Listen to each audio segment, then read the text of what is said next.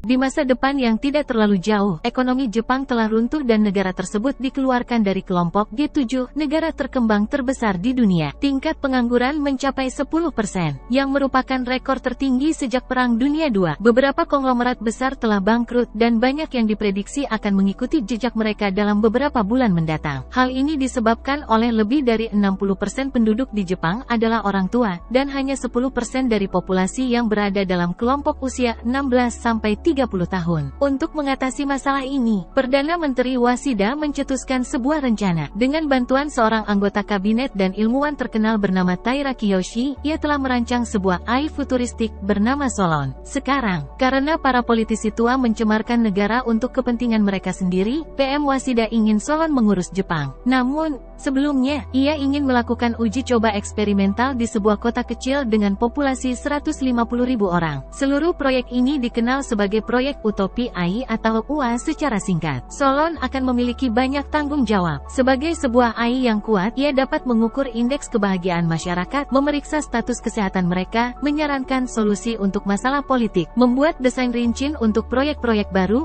dan sebagainya. Ia memiliki database tentang hampir segala hal di kota UA, yang disimpan dalam 3 menara raksasa. Namun, ada satu masalah kecil. Meskipun AI dapat memberikan saran dan membantu dalam banyak hal, ia tidak dapat mengambil keputusan atau sampai pada suatu kesimpulan. Disinilah manusia dengan perasaan sebenarnya dibutuhkan. Oleh karena itu, PM Wasida dan Solon telah menyaring 4 pemimpin muda yang dapat membuat proyek UA sukses. Wali kota baru kota tersebut ternyata adalah seorang anak laki-laki berusia 17 tahun bernama Maki Aran. Seperti yang diharapkan, pengumuman ini mengejutkan banyak orang. Tetapi sang ilmuwan Taira mengklaim bahwa orang muda memiliki visi yang lebih jelas dan pikiran mereka murni. Oleh karena itu, mereka seharusnya diberi kesempatan untuk memimpin kota UA. Maki sendiri mengklaim bahwa ia hanya perlu membuat keputusan, sisanya akan dilakukan oleh AI Solon sendiri. Akhirnya, PM Wasida menyatakan bahwa Taira akan mengawasi 4 pemuda tersebut agar kota dapat diperintah dengan lancar. Pada adegan berikutnya, kita diperkenalkan kepada seorang gadis berusia 17 tahun yang penuh keceriaan bernama Sagawa Sachi. Dia terlihat sebagai penggemar berat Maki dan sangat bersemangat mendengar kabar bahwa Maki akan menjadi wali kota UA. Saat dia sedang menjelajahi internet, tiba-tiba dia mendapatkan pesan dari Maki sendiri. Dia telah mengirimkan sebuah tautan, dan ketika Sachi mengkliknya, mereka berdua terhubung melalui panggilan video. Tanpa membuang waktu, Maki meminta Sachi menjadi asisten pribadinya, dan Sachi menerimanya dengan senang hati. Disinilah kita mengetahui bahwa keduanya adalah anggota dari sebuah grup Facebook, dan itulah cara mereka bertemu. Meskipun Maki belum pernah melihat atau berbicara dengan Sachi sebelumnya, dia terkesan dengan laporan-laporannya mengenai ekonomi. Kemudian, Sachi yang bersemangat melaporkan kabar ini kepada orang tuanya dan menjelaskan bahwa mereka telah dipanggil untuk tinggal di kota UA. Mereka akan memiliki apartemen mewah, pekerjaan berbayar tinggi, dan layanan kesehatan gratis. Orang tua Sachi, yang telah tinggal di Tokyo sepanjang hidup mereka, meragukan rencana ini, tetapi setelah Sachi mengomel selama 10 menit, mereka setuju. Film ini kemudian memotong ke 3 bulan kemudian, di mana kota UA secara resmi diresmikan. Sachi juga tiba di sana bersama keluarganya, dan terkejut melihat kemajuan teknologi di sana. Mereka masing-masing diberikan sepasang kacamata pintar, dengan bantuan itu mereka dapat membaca deskripsi orang lain, menggunakan internet, mengakses database kota, menonton video informasi, dan sebagainya. Tak lama kemudian, keluarganya diangkut ke akomodasi baru mereka, sementara Sachi dijemput oleh Taira. Dalam perjalanan, ia memperkenalkan Sachi pada bagian-bagian berbeda di kota, dan memberikan pengantar mengenai beberapa tanggung jawabnya. Dia akan membantu Maki dalam semua keputusan yang diambilnya. Setelah beberapa waktu, mereka tiba di sebuah bangunan berpenampilan kuno, yang ternyata sangat modern di bagian dalamnya. Ternyata bangunan itu adalah parlemen baru bagi Maki dan anggota kabinetnya. Sachi terdiam melihat idola pertamanya. Kemudian, tanpa basa-basi, pertemuan kabinet pertama dimulai. Maki, sebagai individu yang berani, menyatakan bahwa semua pertemuan mereka akan disiarkan secara langsung. Dia mengklaim bahwa mereka harus sejelas mungkin untuk membuat proyek ini berhasil. Taira, yang mengawasi semuanya, berpikir bahwa rencana ini gila, tetapi dia tidak mengatakan apa-apa. Segera, AI Solon menyalakan kamera dan pertemuan tersebut ditayangkan secara langsung. berlangsung. Saat jutaan orang mendengarkan dengan penuh semangat, Maki menyampaikan pidato pertamanya. Dia berjanji akan membuat setiap penduduk kota UA bahagia dengan cara apapun. Namun, keputusan pertamanya adalah kontroversial. Dia mengusulkan agar mereka menghapus Dewan Kota karena menghabiskan banyak uang. Solon juga setuju dengan pernyataan tersebut, dan ia menunjukkan berbagai statistik yang mengungkapkan bahwa penduduk umum akan menjadi 4% lebih bahagia jika Dewan Kota dihapus. Meskipun demikian, Maki meninggalkan keputusan itu kepada publik. Dilakukan sebuah pemungutan suara, dan lebih dari 70% orang memilih mendukung keputusan Maki. Ini menjadi pukulan terakhir dan Dewan Kota secara resmi dihapus. Saat pertemuan berlangsung, Taira khawatir bahwa Maki akan menjadi seorang diktator total dan memerintah kota UA dengan keputusan-keputusannya yang kasar. Tetapi Solon memiliki solusi lain untuk ini. Dia mengusulkan sistem pemungutan suara umum yang akan menunjukkan persentase orang yang menyukai Maki. Jika persentasenya turun di bawah 30% pada suatu saat,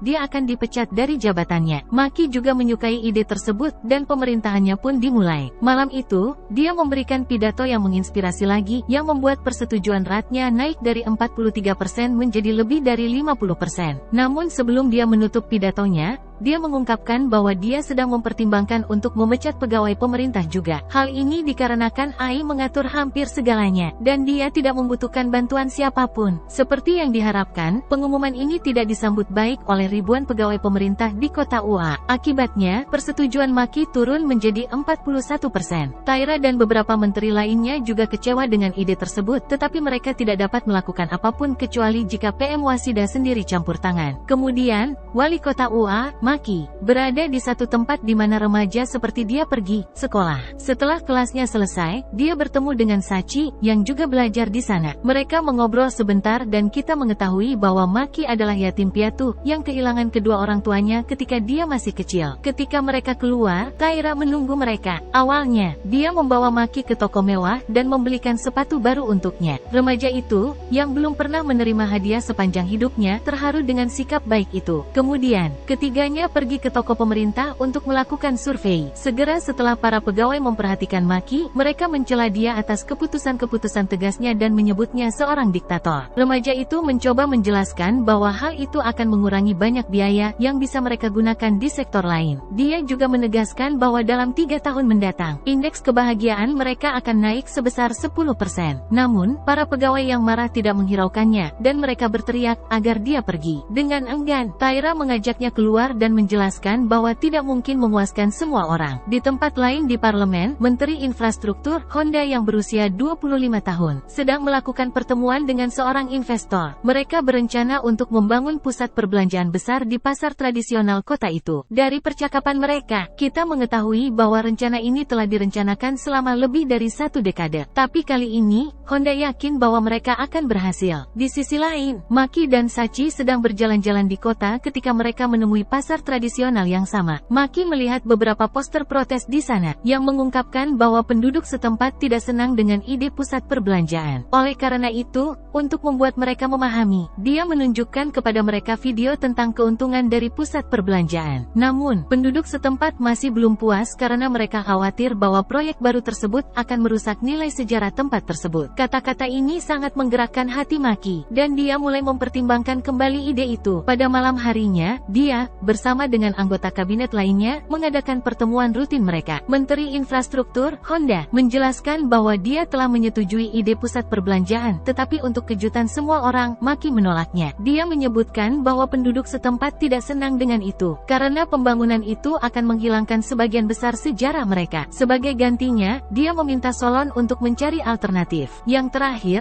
sebagai AI terpintar di dunia, menemukan 3 pilihan yang berkelanjutan. Maki menyetujui ketiganya dan melakukan pemungutan suara untuk memilih satu. Karena kota ini sebagian besar dihuni oleh orang tua, mereka memilih yang paling tradisional. Keputusan ini membuat para investor dan Honda marah, tetapi penduduk setempat sangat senang. Oleh karena karena itu, keesokan paginya, persetujuan Maki melonjak menjadi 61%. Kemudian hari itu, selama pertemuan kabinet, Maki lagi-lagi membahas topik pemecatan pegawai pemerintah. Dia ingin mengalihkan beberapa anggaran dan menggunakannya di sektor lain. Kemudian dia meminta Solon untuk mencari cara yang baik untuk melaksanakan proses tersebut. Dalam beberapa detik, Ai menemukan 3 metode. Maki membaca semuanya dan menyimpulkan bahwa dia akan memilih yang ketiga. Dinyatakan bahwa mereka akan memecat separuh dari para pegawai, yang akan meningkatkan indeks kebahagiaan mereka sekitar 10% dalam beberapa tahun mendatang. Sekali lagi, Honda menentang ide tersebut dan menyebutkan bahwa para pegawai yang dipecat akan menjadi pengangguran, tetapi Maki berjanji untuk memberikan mereka sesuatu. Sayangnya, penduduk tidak menyukai ide tersebut dan mereka memberikan penilaian negatif pada Maki. Untuk menyemangati mereka, Maki menjelaskan bahwa dia akan melakukan wawancara dengan semua pegawai pemerintah yang akan dipecat oleh Solon. Jika mereka dapat meyakinkannya bahwa mereka berguna, dia akan mengembalikan mereka. Dengan pemberitahuan ini, proses dimulai. Solon dengan hati-hati memilih dan memecat ribuan pegawai. Salah satunya adalah Ibu Sachi. Lalu adegan berpindah ke sesi wawancara di mana remaja, Maki, mendengarkan beberapa orang dewasa mengeluh. Semuanya mengatakan hal yang sama bahwa mereka terlalu tua untuk belajar keterampilan baru, sehingga mereka tidak akan mendapatkan pekerjaan di tempat lain. Maki merasa empati terhadap mereka, tetapi pada saat yang sama, dia tetap teguh pada keputusannya. Wawancara berlangsung selama sebulan dan Maki menghadiri setiap sesinya. Dia juga bertemu Ibu Sachi, yang merupakan salah satu pegawai yang menerima pengunduran diri mereka. Pada akhir wawancara, persetujuan Maki turun menjadi 34%, tetapi dia tetap bertahan. Pada malam harinya, Taira membawa Maki jalan-jalan, dan mereka berdiskusi tentang kehidupan pribadi mereka. Ketika ditanya mengapa dia memilih menjadi politisi, Maki mulai menjelaskan masa lalunya. Dia mengungkapkan bahwa saat kecil, dia sering menjadi korban intimidasi dan tidak dipahami. Dia tidak punya teman dan orang tuanya meninggalkannya di usia muda. Tetapi suatu hari, seorang gadis bernama Yuki datang ke dalam hidupnya dan membuatnya merasa lebih baik. Mereka menjadi sahabat dan mulai menghabiskan sebagian besar waktunya bersama. Tapi sayangnya, dia meninggal pada usia 10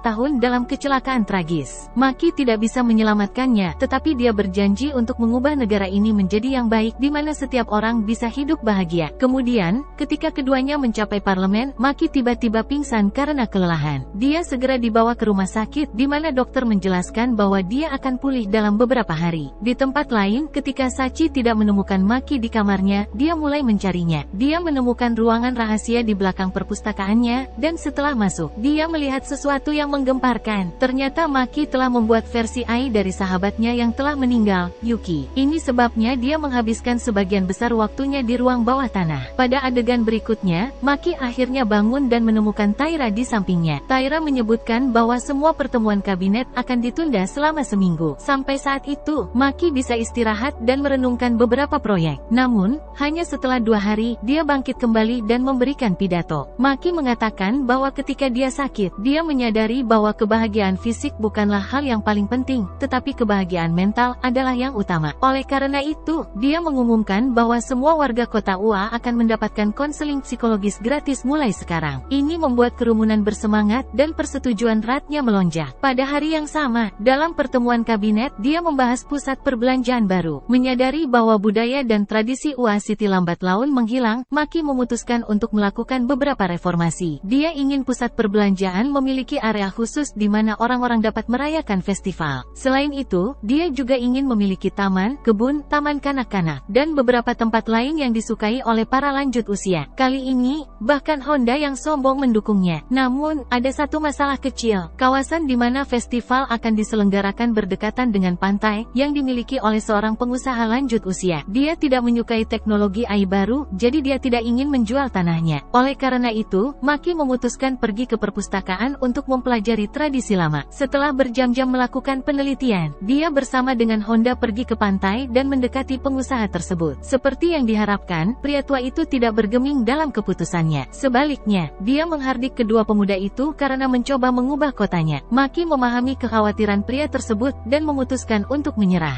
Namun, sebelum pergi, dia meninggalkan sepasang kacamata pintar yang berisi ratusan video festival tradisional. Dia meminta pria tua tersebut untuk mencobanya. Pria tua itu pura-pura tidak peduli, tetapi beberapa jam kemudian, dia merasa bosan dan akhirnya mengenakannya. Begitu terkejutnya, dia melihat festival-festival yang dia rayakan saat masih kecil. dia menangis bahagia saat mengenang masa kecilnya. Di sisi lain, Maki tidak melihat asistennya, Sachi, di sekitarnya, jadi dia mengunjungi rumahnya. Orang tua Sachi senang melihat wali kota di rumah mereka dan menawarkan makan malam kepadanya. Namun, Sachi masih trauma dengan apa yang dia lihat di ruang bawah tanahnya. Dia tidak bisa mempercayai bahwa dia telah menciptakan teman Ai dari orang yang telah meninggal. Jadi, ketika dia tidak tahan lagi, dia menelepon Taira dan mengungkapkan keputusannya untuk mengundurkan diri dari tugasnya. Dia juga mengungkapkan bahwa dia melihat sesuatu di ruang bawah tanah Maki. Mendengar ini, Taira dan asistennya segera mencari tempat itu. Mereka membuka pintu rahasia dan menemukan teman Ai Maki di dalamnya. Malam itu, Honda dan anggota parlemen lainnya mengadakan pesta BBQ ketika Taira bergabung dengan mereka. Maki membawanya ke sudut dan bertanya apakah dia menemukan ruang rahasianya. Taira tidak mengatakan apa-apa dan ini mengkonfirmasi bahwa dia telah mengetahui tentang teman Ai-nya. Jadi, dengan wajah kecewa, Maki meminta maaf dan menyatakan bahwa dia hanya mencoba berbicara dengan sahabatnya. Keesokan paginya, asisten Taira yang telah mencuri beberapa data dari ruang bawah tanah Maki menemukan bahwa Ai tersebut dibuat berdasarkan seorang gadis bernama Yuki. Dia meninggal ketika berusia 10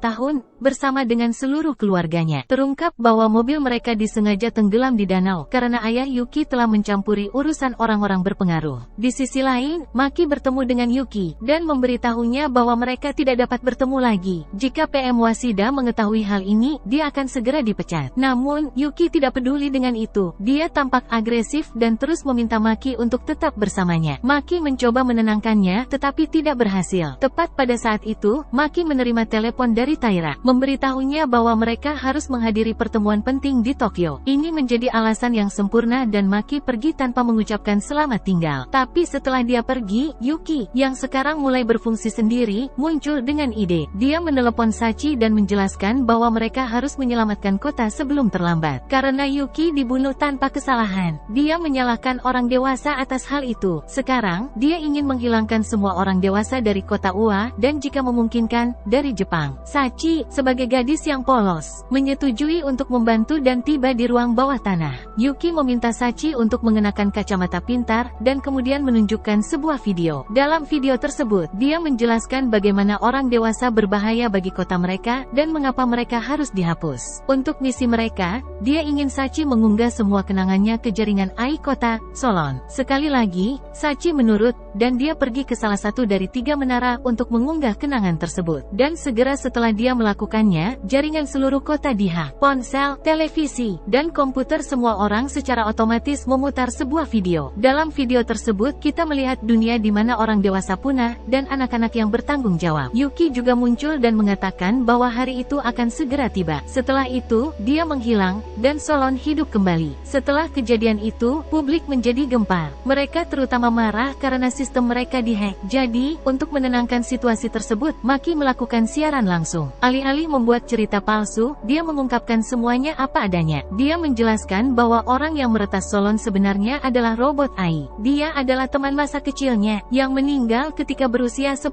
tahun. Maki kemudian meminta maaf dengan tulus atas ketidaknyamanan yang terjadi, tetapi kali ini publik tidak mendengarkan. Mereka terus mengkritiknya hingga tingkat persetujuannya mencapai 29%. Dengan ini, masa pemerintahannya sebagai wali kota akhirnya berakhir. Beberapa hari kemudian, ketika Maki berada di sekolah, Sachi mendekatinya dan meminta maaf karena dengan mudahnya dipengaruhi. Namun, alih-alih marah, Maki berterima kasih padanya. Dia mengatakan bahwa dia merasa lega telah mengundurkan diri. Beban memerintah sebuah kota mulai mempengaruhi pikirannya. Maki kemudian mengatakan bahwa seorang remaja berusia 17 tahun seharusnya hidup seperti remaja berusia 17 tahun, bukan sebagai orang dewasa. Mendengar ini, Sachi merasa agak lega. Film ini kemudian melompat ke 3 tahun kemudian. Honda telah menjadi wali kota baru kota Ua sementara Taira telah menjadi Perdana Menteri Jepang. Banyak reformasi dilakukan di kota tersebut, tetapi filosofi-filosofi yang diterapkan oleh Maki masih tetap sama. Dia akan selalu diingat sebagai wali kota pertama kota Ua. Pada suatu malam, kita melihat ratusan orang menikmati festival tradisional di pantai. Tampaknya pengusaha dari sebelumnya telah menjual tanahnya. Film berakhir saat Maki, Sacha, dan beberapa orang lainnya menerbangkan lampion-lampion China dan melepaskannya ke udara.